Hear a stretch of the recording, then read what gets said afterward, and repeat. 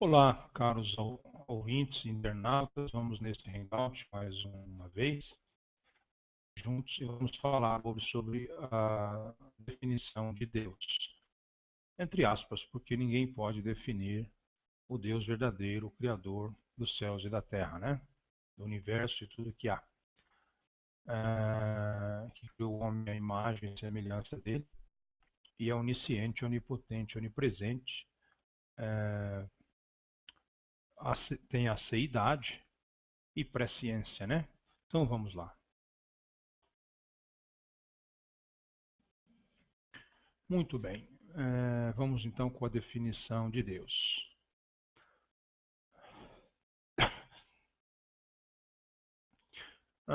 Ao longo da história da humanidade, a ideia da existência, definições e formas de compreensão dos deuses. Deus, em uma perspectiva monoteísta moderna, assumiram várias formas distintas, inclusive as mesmas de uma forma ou outra, presentes em todas as sociedades e grupos já existentes, e variando desde aquelas associadas às primitivas formas de crença pré-clássicas provenientes das tribos da antiguidade até os dogmas das modernas religiões amplamente difundidas na civilização atual. Deus é desde a sua origem a divindade central na mitologia monoteísta abraâmica, da qual derivam-se, entre outros, as mitologias das principais religiões da atualidade, explicitamente o cristianismo, o judaísmo e o islã. Deus é notoriamente definido em modernidade, segundo as perspectivas de tais religiões monoteístas, sobretudo no Ocidente, e nelas foca-se o presente artigo. Deus muitas vezes é expressado como Criador e Senhor do universo. Teólogos têm relacionado uma variedade de atributos utilizados para estabelecer as várias concepções de Deus. Os mais comuns entre essas incluem onisciência, onipotência, onipresença, benevolência ou bondade, perfeita simplicidade divina, zelo, sobrenaturalidade, transcendentalidade, eternidade, aceidade e presciência, e existência necessária. Deus também tem sido compreendido como sendo incorpóreo, um ser intangível, com personalidade divina e justa, a fonte de toda a obrigação moral, em suma, o maior existente. Tais atributos foram todos anteriormente defendidos e suportados em diferentes graus pelos filósofos teológicos judeus, cristãos e muçulmanos, incluindo-se entre eles Rambam, Agostinho de Hipona e Al-Ghazali, respectivamente. Muitos filósofos medievais notáveis desenvolveram argumentos para a existência de Deus, intencionando, entre outros, elucidar as aparentes contradições decorrentes de muitos destes atributos quando justapostos. Etimologia e uso. Tanto a forma capitalizada do termo Deus quanto seu diminutivo, que simboliza divindades, deidades em geral, tem origem no termo latino Deus, significando divindade ou deidade. O português é a única língua românica neolatina que manteve o termo em sua forma nominativa original, com o final do substantivo em us, diferenciando-se assim do espanhol Dios, francês Dieu, italiano Dio, e da língua romena, onde se distingue o criador monoteísta Dominetzel de Zeu, um ser idolatrado. Os termos latinos Deus e Deus, assim como o grego divino, descendem do proto-indo-europeu Deus divino, termo esse encerrando a mesma raiz que Deus, a divindade principal do panteão indo-europeu, igualmente cognato do grego Zeus, né? Zeus. Na era clássica, o vocábulo em latim era uma referência generalizante a qualquer figura endeusada e adorada pelos pagãos, em um modo dominado pelas religiões abraâmicas, em um mundo dominado pelas religiões abraâmicas, com destaque para o cristianismo, o termo é usado odiernamente, com sentido mais restrito, designando uma e a única deidade, em frases e slogans religiosos tais como Deus sit vobiscum, variação de Dominus sit vobiscum, o Senhor esteja convosco, no título do hino litúrgico católico Te Deum, proveniente de Te Deum laudamus, a vós, ó Deus, louvamos. Mesmo na expressão que advém da tragédia grega, Deus ex machina, de Públio Virgílio, Dabit Deus hist quoque finem, que pode ser traduzida como Deus trará um fim a isto. E no grito de guerra utilizado no Império Romano tardio e no Império Bizantino, nobiscum Deus, Deus está conosco. Assim como o grito das cruzadas, Deus vult, que em português traduz-se por assim quer Deus, ou esta é a vontade de Deus, verifica-se tal sentido restrito. Em latim existiam as expressões interjectivas do o Deus meu, ó Deus meu, e mi Deus. Dela, derivando as expressões portuguesas, ó meu Deus, ah meu Deus e Deus meu. Dei é uma das formas flexionadas ou declinadas de Deus no latim. É usada em expressões utilizadas pelo Vaticano, como as organizações católicas apostólicas romanas, Opus Dei, obra de Deus, sendo obra oriunda de ópera. Agnus Dei, Cordeiro de Deus, e Dei Gratia, pela graça de Deus. Geralmente trata-se do caso genitivo de Deus, mas é também a forma plural primária adicionada à variante di. Existe o outro plural, dii, e a forma feminina, deai, deusas.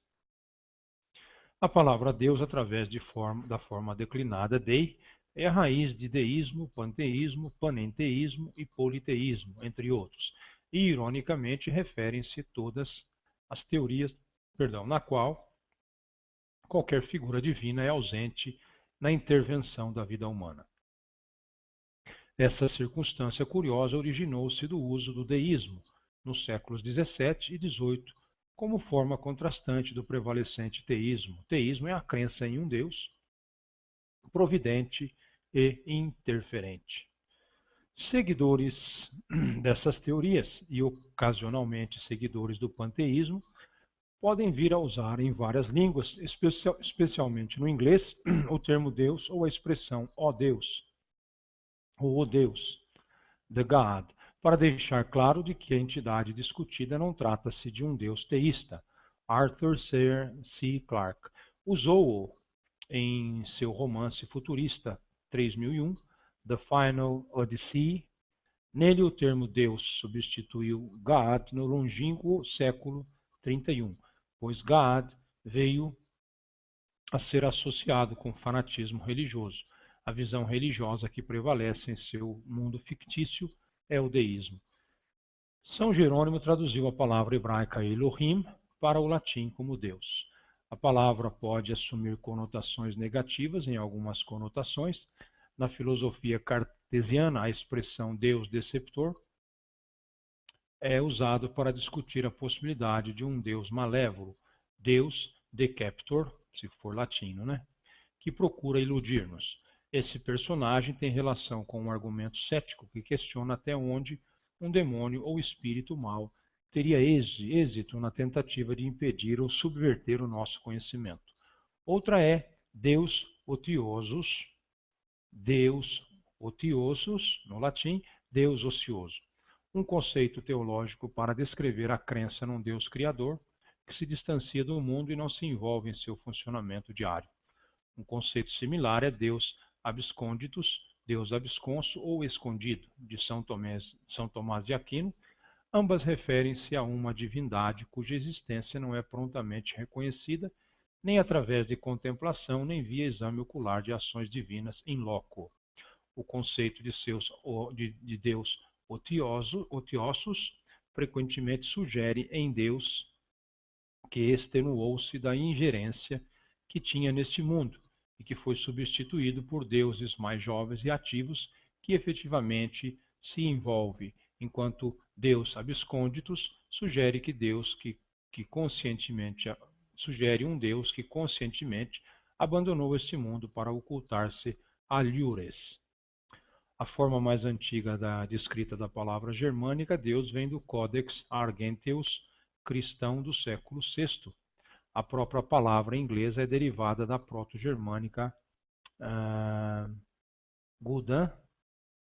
A maioria dos linguistas concorda que a forma reconstruída da proto-indo-europeia, Gutom, foi baseada na raiz Ghal, que significa também chamar ou invocar. A forma capitalizada Deus foi primeiramente usada na tradução gótica Wulfila do Novo Testamento para representar o grego Theos, e na língua inglesa a capitalização continua a representar uma distinção entre um Deus monoteísta e deuses no politeísmo. Apesar das diferenças significativas entre religiões como o cristianismo, o islamismo, o hinduísmo e fé Bahá'í e o judaísmo, o termo Deus permanece como uma tradução inglesa comum a todos. O nome pode significar deidades monoteísticas relacionadas ou similares, como no monoteísmo primitivo de Akhenaton e zoroastrismo. Nome: a palavra latina Deus em inglês God, bem como suas traduções em outras línguas, a exemplo Theos em grego, Bog em eslavo, Ishvara em sânscrito ou Allah em árabe, são normalmente usadas para toda e qualquer concepção. O mesmo acontece no hebraico El, mas no judaísmo. Deus também é utilizado como nome próprio. O tetragrama YHVH, que acredita se referir-se à origem enoteística da religião. Na Bíblia, quando a palavra Senhor está em todas as capitais, isso significa que a palavra representa o tetragrama específico. Deus também pode ser reverenciado por nomes próprios que enfatizam a natureza pessoal, desse em correntes monoteísticas do hinduísmo, alguns remontando a referências primitivas como Krishna Vasudeva na Bhagavata e posteriormente Vishnu e Hari, ou mesmo mais recentemente, caso do termo Shakti. É difícil desenhar uma linha entre os nomes próprios e epítetas de Deus, como os nomes e títulos de Jesus no Novo Testamento, os nomes de Deus no Corão, ao Corão ou Corão, e as várias listas com milhares de nomes de Deus, a citar-se a lista de títulos e nomes de Krishna ou no Vishnuísmo.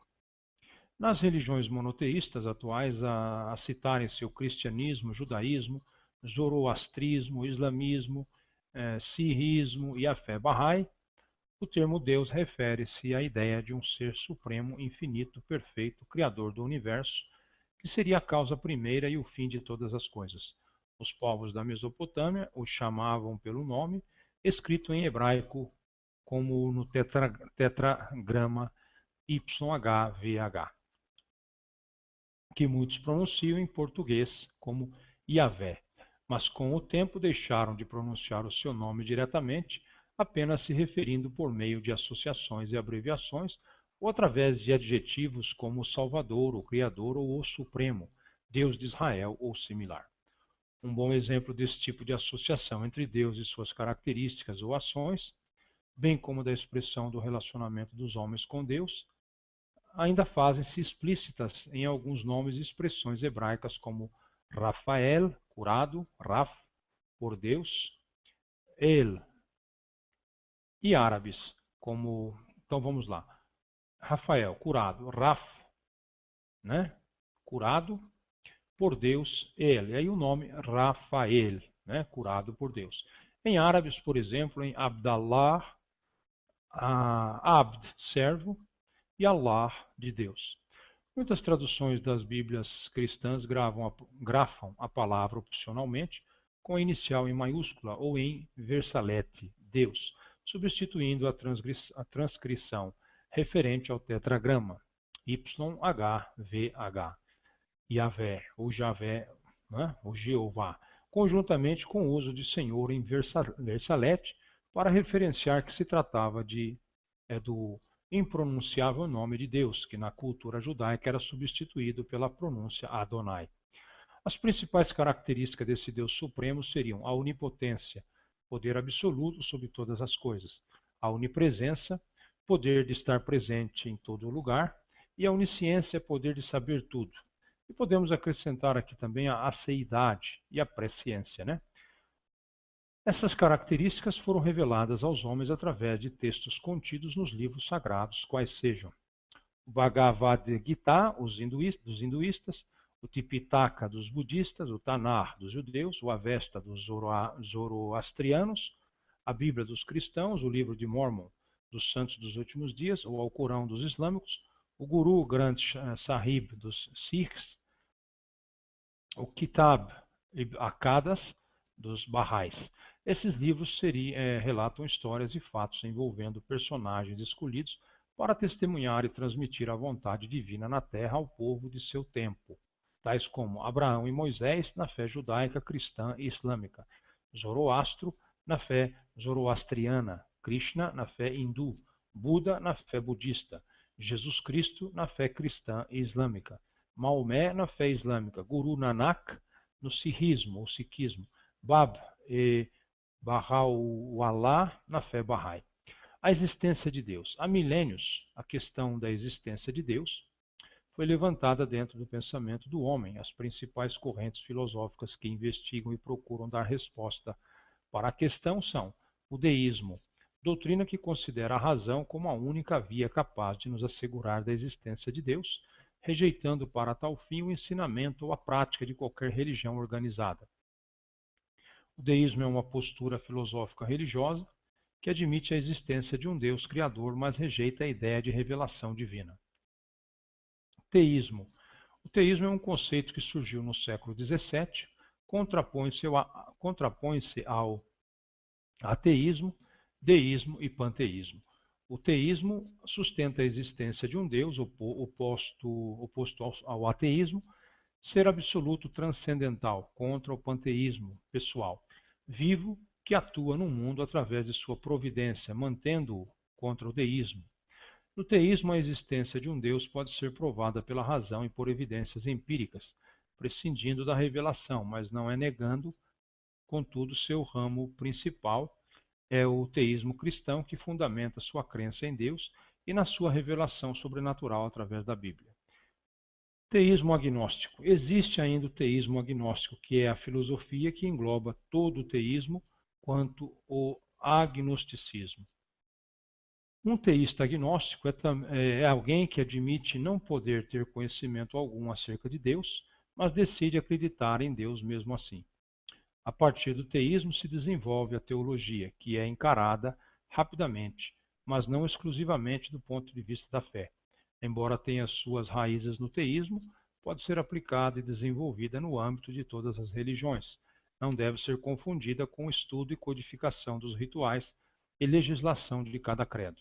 Agnosticismo. Dentro da visão agnóstica, não é possível provar racional e cientificamente a existência de Deus, como também é igualmente impossível provar a sua inexistência.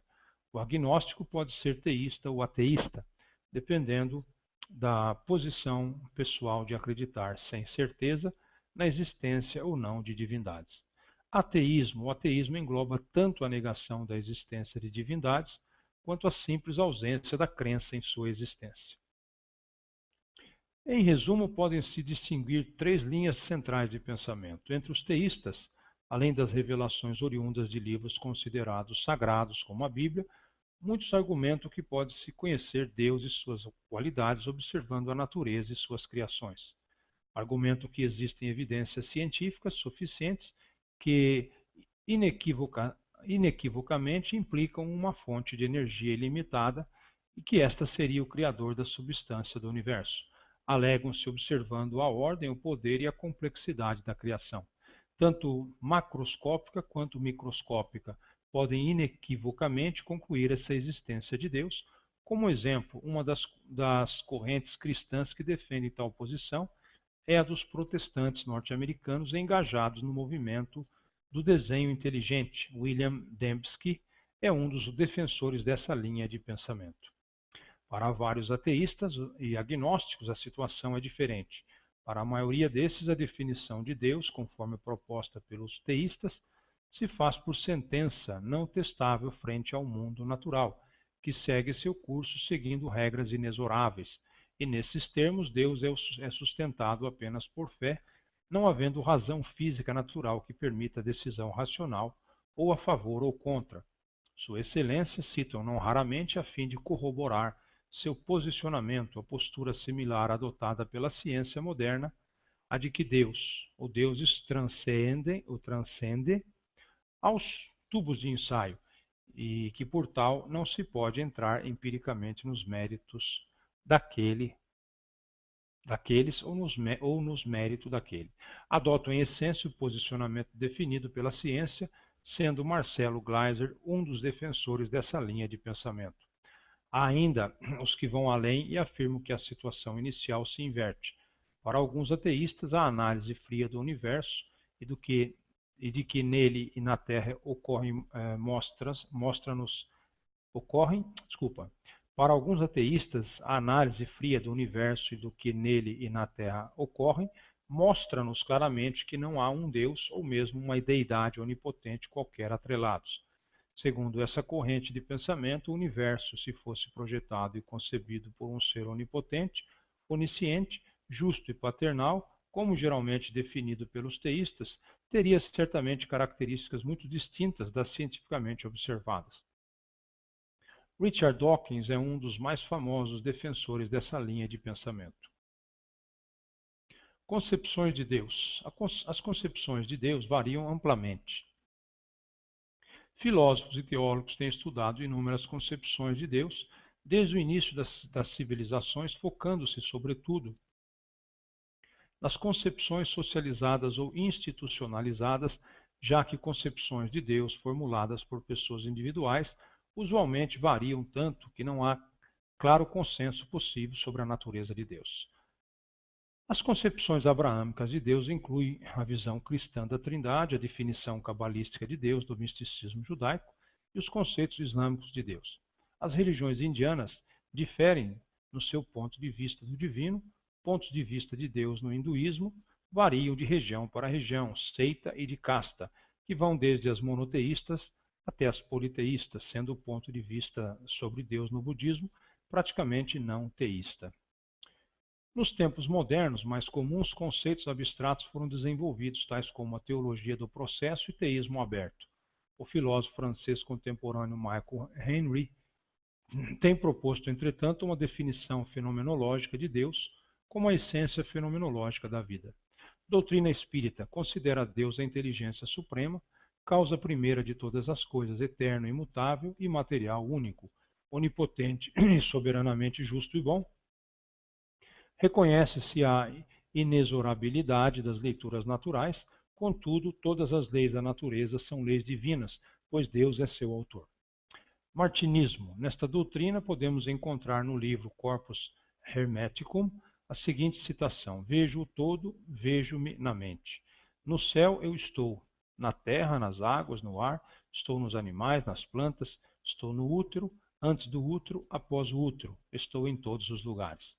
Teosofia, baseado numa interpretação não ortodoxa das doutrinas místicas orientais e ocidentais, afirma que o universo é, em sua essência, espiritual, e o homem é um ser espiritual em progresso evolutivo, cujo ápice é conhecer e integrar a realidade fundamental, que é Deus. Algumas pessoas especulam que Deus ou os deuses são seres extraterrestres. Muitas dessas teorias sustentam que seres inteligentes, provenientes de outros planetas, visitaram a Terra no passado e influenciaram no desenvolvimento das religiões. Alguns livros, como o livro Eram os Deuses Astronautas, de Erich von Däniken, propõem que tanto os profetas como também os messias foram enviados ao nosso mundo com o objetivo exclusivo de ensinar conceitos morais e encorajar o desenvolvimento da civilização. Especula-se também que toda a religiosidade do homem criará no futuro uma entidade chamada Deus, a qual emergirá de uma inteligência artificial. Arthur Charles Clarke, um escritor de ficção científica, disse em uma entrevista que pode ser que nosso destino nesse planeta não seja adorar a Deus, mas sim criá-lo. Vários pensadores de renome, muitos não tão conhecidos, especulam que as religiões e mitos são derivados do medo. Medo da morte, medo das doenças, medo das calamidades, medo dos predadores, medo de um inferno eterno ou mesmo medo do desconhecido. Com o passar do tempo, essas religiões foram subjugadas sob a tutela das autoridades dominantes, as quais se transformaram em governantes divinos ou enviados pelos deuses. Nessa linha de raciocínio, a religião é vista simplesmente como um meio para se dominar a massa que vale-se das fraquezas humanas intrínsecas. Napoleão Bonaparte disse: "O povo não precisa de Deus, mas precisa de religião", afirmando em essência que a massa necessita de uma doutrina que lhe discipline e lhe estabeleça um rumo, sendo que Deus é um detalhe meramente secundário, um meio para um fim. Abordagens teológicas. Teólogos e filósofos atribuíram um número de atributos para Deus, incluindo onisciência, onipotência, onipresença, amor perfeito, simplicidade, eternidade, aceidade, presciência e de existência necessária. Deus tem sido descrito como incorpóreo, um ser com personalidade, a fonte de todas as obrigações morais e concebido como o melhor ser existente. Estes atributos foram todos atribuídos em diferentes graus por acadêmicos judeus, cristãos e muçulmanos, desde épocas anteriores, incluindo Santo Agostinho, Al-Razali e Maimônides.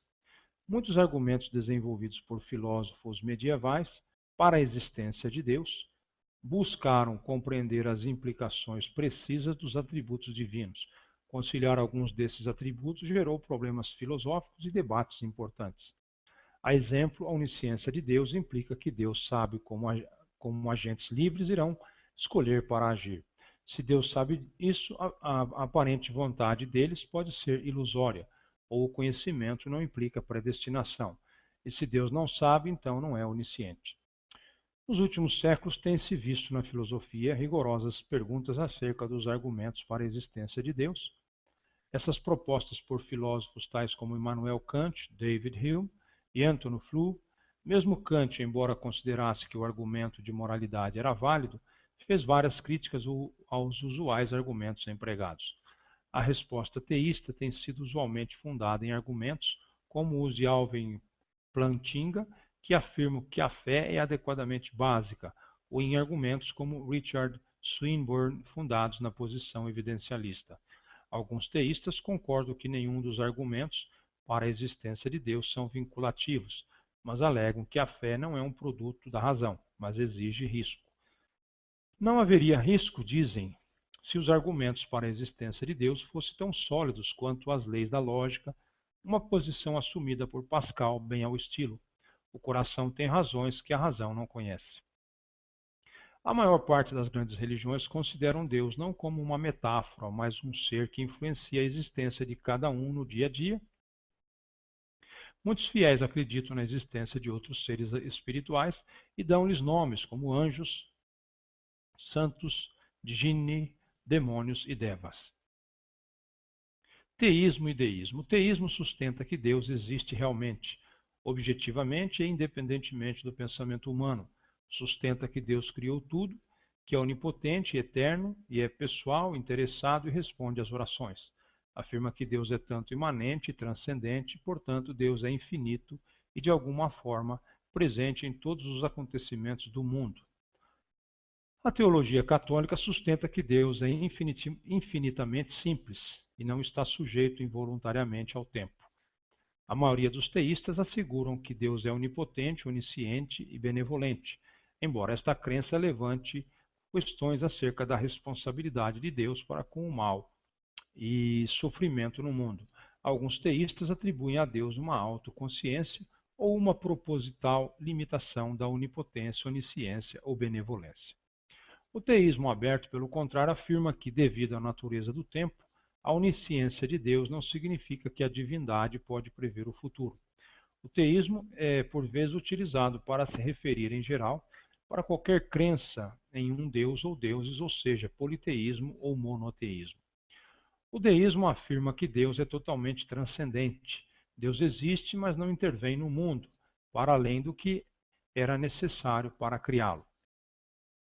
Em vista dessa situação, Deus não é antropomórfico e não responde literalmente às orações ou faz milagres acontecerem. é comum no deísmo a crença de que Deus não tem qualquer interesse na humanidade e pode nem sequer ter conhecimento dela. O pandeísmo e o panendeísmo, respectivamente, combinam as crenças do deísmo com o panteísmo ou panenteísmo. Posições científicas e críticas a respeito da ideia de Deus.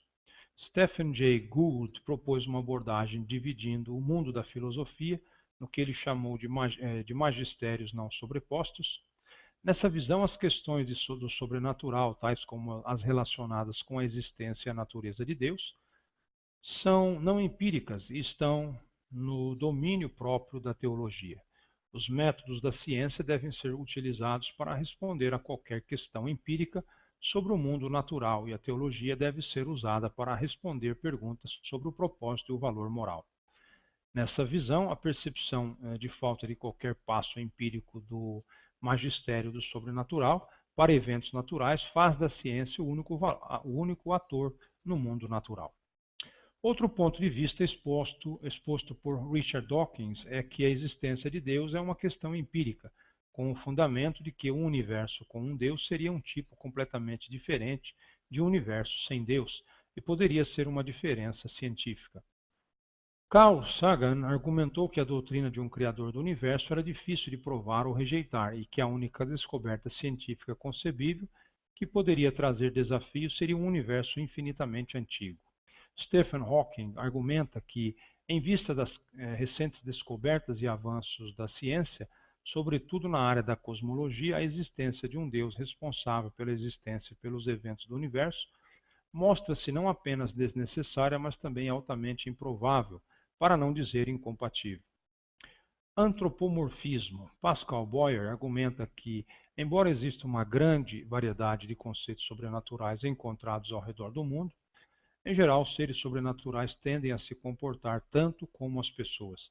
A construção de deuses e espíritos como as pessoas é um dos melhores traços conhecidos da religião.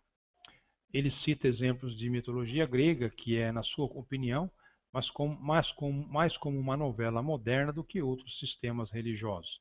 Bertrand Castell e Timothy Jürgensen demonstram através de formalização que o modelo explicativo de Boyer corresponde ao que a epistemologia física faz ao trabalhar com entidades não diretamente observáveis como intermediários. O antropólogo Stuart Guthrie afirma que as pessoas projetam características humanas sobre os aspectos não humanos do mundo, porque isso os torna mais familiares e, por tal, compreensíveis. Sigmund Freud também sugeriu que os conceitos de Deus são projeções de um pai. Da mesma forma, Emile Durkheim foi um dos primeiros a sugerir que os deuses representam uma extensão da vida social humana para incluir os seres sobrenaturais.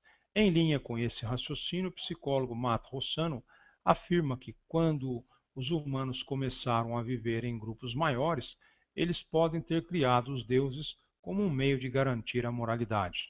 Em pequenos grupos, a moralidade pode ser executada por forças sociais, como a fofoca ou a reputação.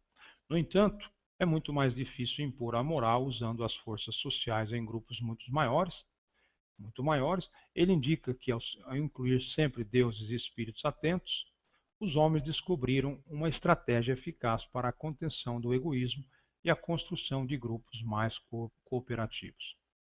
O anarquista Mikhail Bakunin faz uma crítica à ideia de Deus, posicionando-o como sendo uma ideia criada pelas elites, reis, senhores de escravos, senhores feudais, sacerdotes, capitalistas, etc., que busca justificar a sociedade autoritária projetando ideologicamente as relações de dominação para o universo como um todo. Deus como senhor ou rei e o universo como escravo ou súdito. A ideia de Deus serviria, segundo ele, como um mero instrumento de dominação, cuja função seria fazer os dominados aceitarem sua exploração como se fosse um fato natural, cósmico, eterno, ou seja, um fato do qual não podem fugir, restando-lhes apenas a opção de resignarem-se. Bom, nós terminamos a leitura então da definição de Deus, mas eu gostaria de tecer alguns comentários relativos a estas definições. Bem, O fato de nós termos uma mente limitada e não podemos, por exemplo, atingir uma metafísica, uma transcendência imaterial, espiritual, e talvez também porque nós estamos em uma dimensão material do nosso ser, da nossa essência, da nossa ontologia, nós não podemos querer, com isso, invalidar a existência ou desacreditar a existência de Deus. Uma vez nós sendo finitos, nós não podemos contestar o infinito. Uma vez nós sendo formados ainda neste nível de forma material, nós não podemos contestar o imaterial.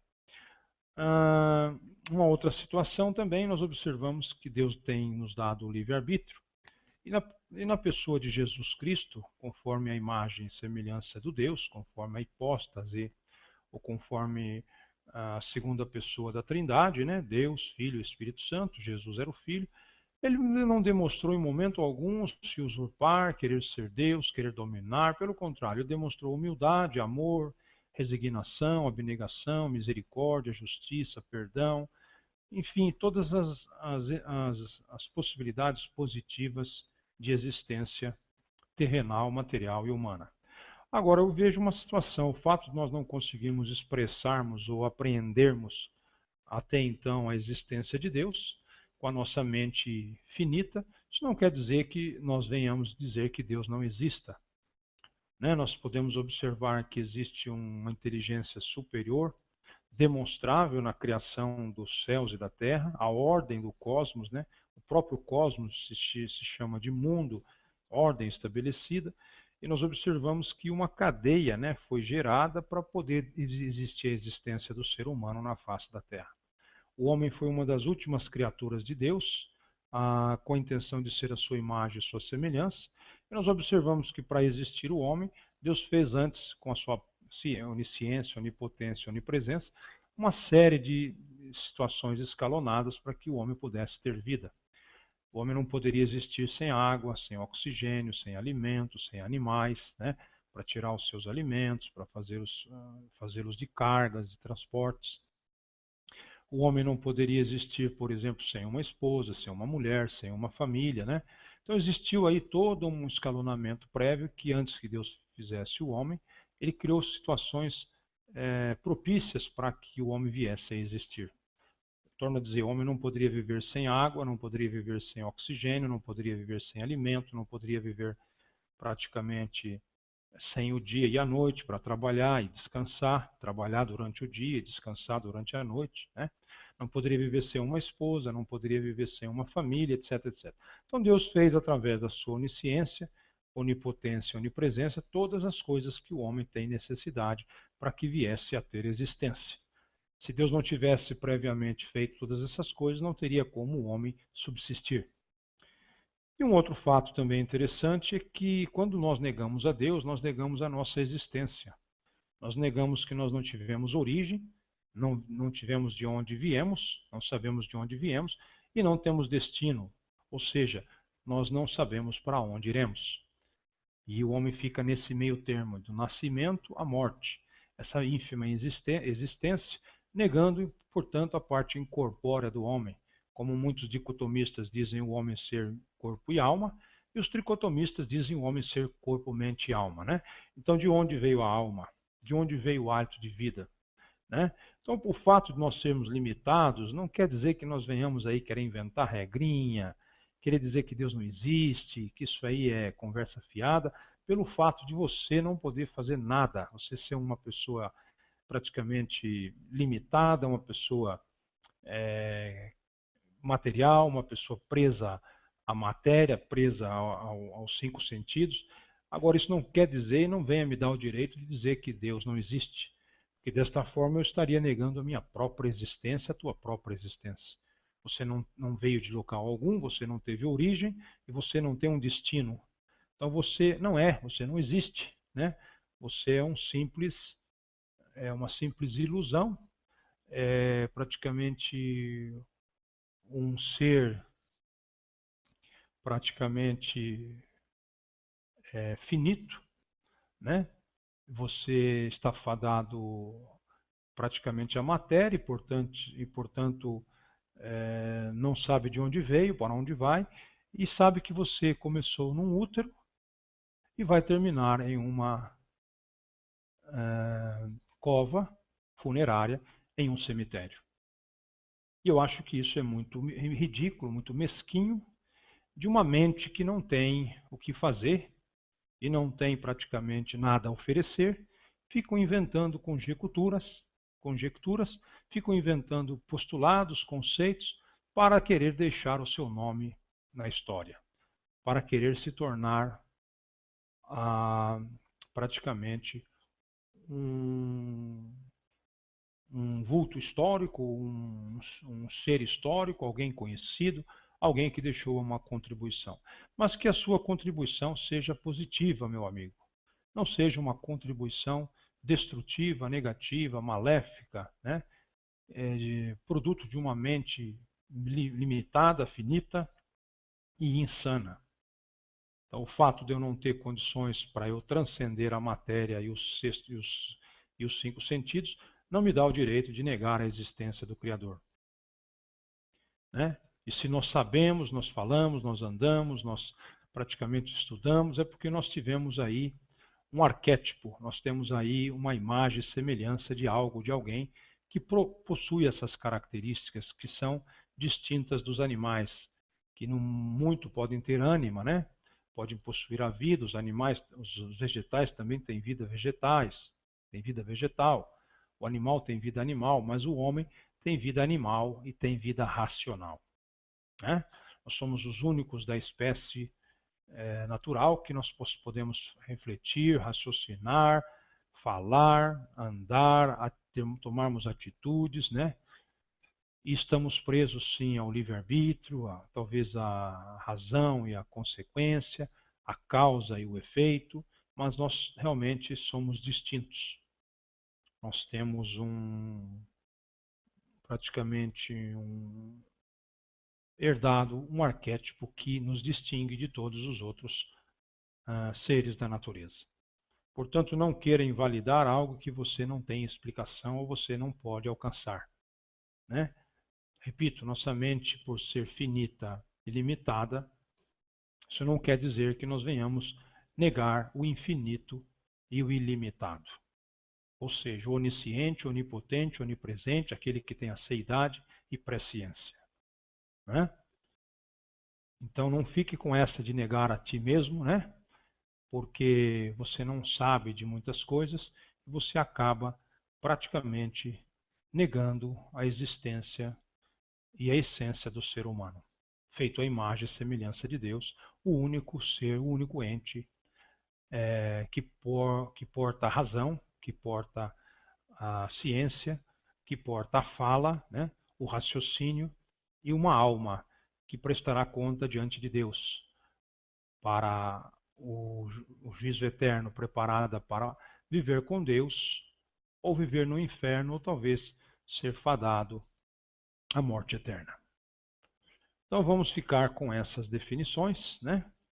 Todos somos livres para nos manifestarmos, existe aí a liberdade de opinião, a liberdade de crença, mas nós também somos livres para crermos ou não crermos no diabo. Então você faz a sua escolha, né? Nós somos livres para crermos ou não crermos em tudo aquilo que nós quisermos. Se eu quiser crer no diabo, hoje eu tenho praticamente a Bíblia do diabo, a igreja do diabo, né? E se eu não quiser crer, ninguém me fará crer.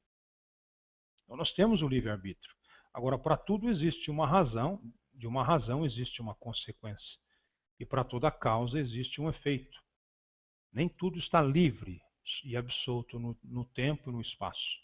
Nós temos uma razão, nós temos um raciocínio, nós temos praticamente critérios morais e éticos, e tudo isso vai trazer consequências.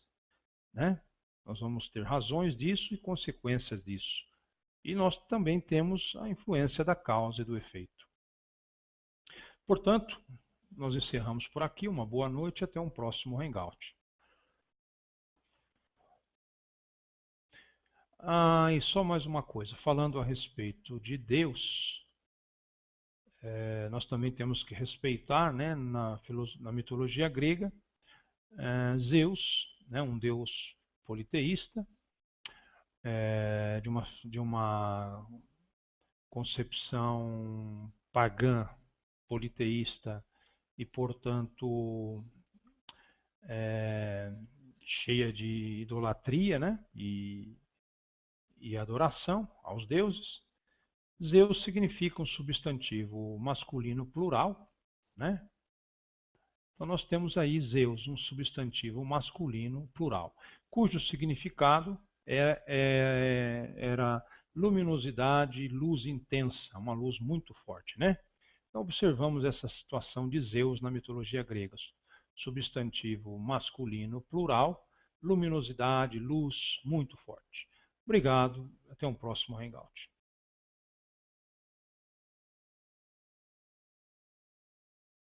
Tais como Deus sit vobiscum, variação de Dominus sit vobiscum, o Senhor esteja convosco, no título do hino litúrgico católico Te Deum, proveniente de Te Deum laudamus, a vós, ó Deus, louvamos.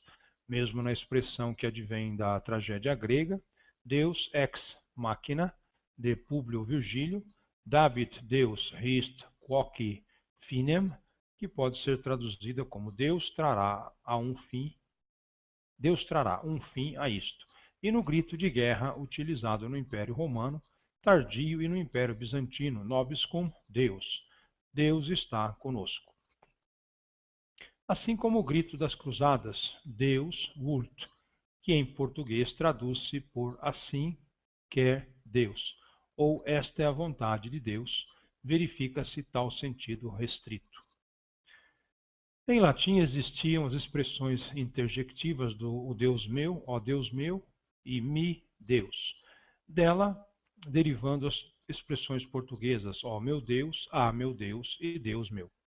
Dei é uma das formas flexionadas a aceidade e presciência e existência necessária. Deus também tem sido compreendido como sendo incorpóreo, um ser intangível, com personalidade divina e justa, a fonte de toda a obrigação moral, em suma, o maior existente. Tais atributos foram todos anteriormente defendidos e suportados em diferentes graus pelos filósofos teológicos judeus, cristãos e muçulmanos, incluindo-se entre eles Rambam, Agostinho de Hipona e Al-Ghazali, respectivamente. Muitos filósofos medievais notáveis desenvolveram argumentos para a existência de Deus, intencionando, entre outros, elucidar as aparentes contradições decorrentes de muitos destes atributos quando justapostos. Etimologia e uso. Tanto a forma capitalizada do termo Deus quanto seu diminutivo, que simboliza divindades, deidades em geral, tem origem no termo latino Deus, significando divindade ou deidade. O português é a única língua românica neolatina que manteve o termo em sua forma nominativa original, com o final do substantivo em us.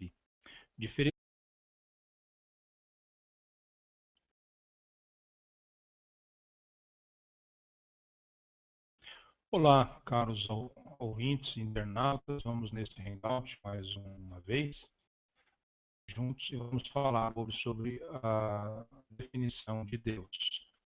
Entre aspas, porque ninguém pode definir o Deus verdadeiro, o Criador dos céus e da terra, né? Do universo e tudo que há.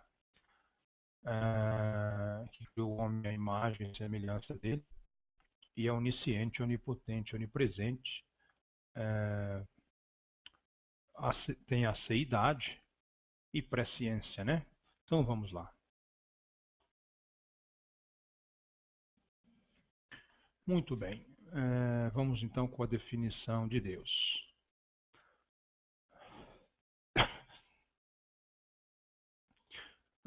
Ao longo da história da humanidade, a ideia da existência, definições e formas de compreensão dos deuses. Deus, em uma perspectiva monoteísta moderna, assumiram várias formas distintas, as mesmas de uma forma ou outra, presentes em todas as sociedades, diferenciando-se assim do espanhol Dios, francês Dieu italiano Dio, e da língua romena, onde se distingue o criador monoteísta Dominetzel de Zeu, um ser idolatrado. Os termos latinos Deus e Divus, assim como o grego